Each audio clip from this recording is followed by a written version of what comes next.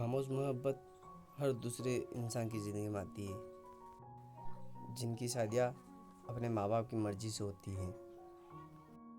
कुछ ऐसी कहानी आज मैं आपको सुनाने जा रहा हूँ। अगर आप लोगों को अगर कहानी पसंद आए तो हमारे चैनल को सब्सक्राइब कर लेना और वीडियो को लाइक कर देना यार प्लीज़।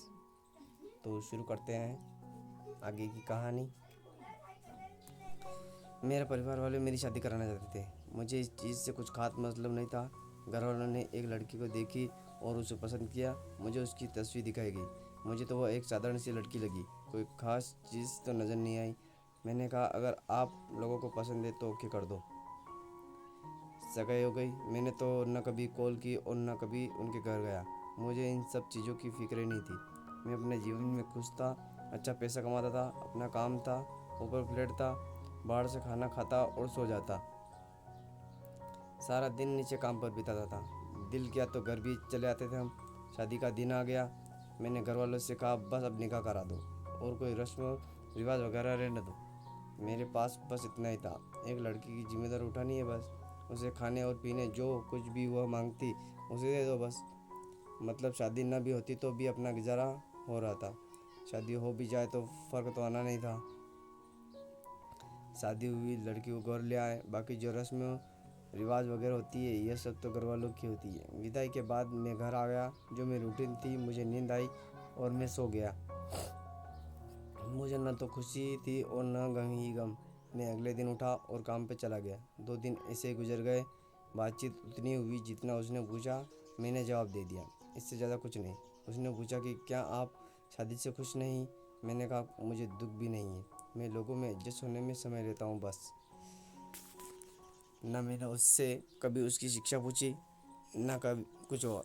मैंने कौन सा उससे जॉब करवानी थी। 1-2 बार माँ के कहने पर उसे घर छोड़ने गया। ना मैंने उसको पर्दा करने का कहा, ना हिजाब का। उसको जो अच्छा लगे करे। दखल अंदाजी मतलब मेरी दखल अंदाजी नहीं थी। सोचने पर वो भी मजबूर थी कि बंदा है क्या चीज़। मैं सो रहा था, उसने मेरे पैर का अंगूठा पकड़ा और मुझसे कहा कि उठो और नमाज़ पढ़ो। मैंने चारों ओर देखा, खैर मैंने उससे कहा कुछ नहीं। वैसे कोई मुलाजिम उठता तो उसकी खैर न थी। मैं बोला कुछ नहीं। मैंने सोचा चलो अब उठ गया हूँ तो नमाज़ पढ़ लो। Thank you guys for दो watching हरकत this video. नमाज अदा की Recently और we फिर are बिस्तर hitting पर 1000 अब वह subscribers. मेरे पास ही बैठ गई। Thank you a कुरान पढ़ने लगी। lot मैं guys मस्त for होकर your सोया हुआ। love and आवाज़ तो support. आहिस्ता आहिस्ता आ रही थी। खैर मैंने उठा, नहाया नाश्ता बना दो, आवाज़ आई। मैंने कहा नहीं, मैं नाश्ता लेट करता हूँ और मैं अपने काम पर। लेट हो गया था। मैं घर नहीं गया और फ्लैट में ही सो गया। अगले दिन जब मैं घर गया तो अब मेरी अम्मी ने क्लास ली, तुम घर क्यों नहीं आए? अब तेरी शादी हो गई है, जितना मर्जी हो जाए लेट आना, घर आना होगा। घर आना है। वो पास ही खड़ी थी। मैं अच्छा कहकर जाकर कमरे में सो गया। थोड़ी देर बाद वह अभी कमरे में आई। मैंने उससे पूछा अम्मी से तुमने कहा? उसने कहा मैंने नहीं कहा। अगली सुबह उसने फिर से मुझे जगा दिया और वह खुद जाए नमाज अदा की, नियत बांधी। अब बंदा उसे क्या कहे। खैर मैंने भी शर्मिंदगी से वजू की करके नमाज़ पढ़ी। फिर उससे कहा आप मेरी बात सुनिए। मैंने कहा जी कहिए। मैं आपकी बीवी हूँ। मैंने कहा हाँ जी। पत्नी के कुछ हुकूक अधिकार होते हैं। मैंने कहा हाँ पता है। उसके बाद वो कुरान पढ़ने लगी और मैं चुपचाप अपने मोबाइल पर लगा रहा। अगली रात वह शरारतें करने लगी। जैसे तैसे मैंने उसके हुकूक अदा किए। धीरे धीरे वह लड़की मेरे जीवन का अभिन्न अंग बनने लगी। खैर अपने भी मज़े होने लगे। उदाहरण के लिए सब कुछ तैयार मिलने लगे, कपड़े जूते आदि हर चीज़ मिलती, चाहे कहीं भी फेंक दो।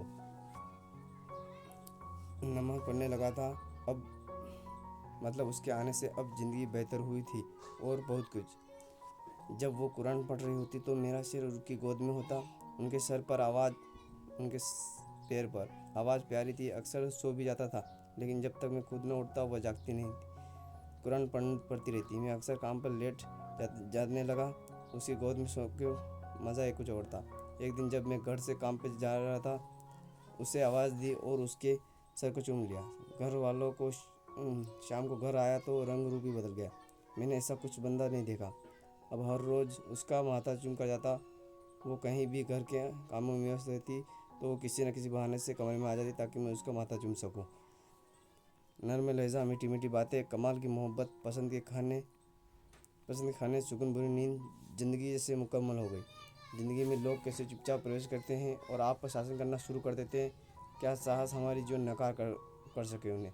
कई बार तो दिल निकाल कर देने को भी दिल किया। खामोश बहुत मोहब्बत बहुत प्यारी होती है। प्यार लफ्ज़ों की नहीं एहसास की होती है। इश्क ताल्लुक़ तो इज्जत से है।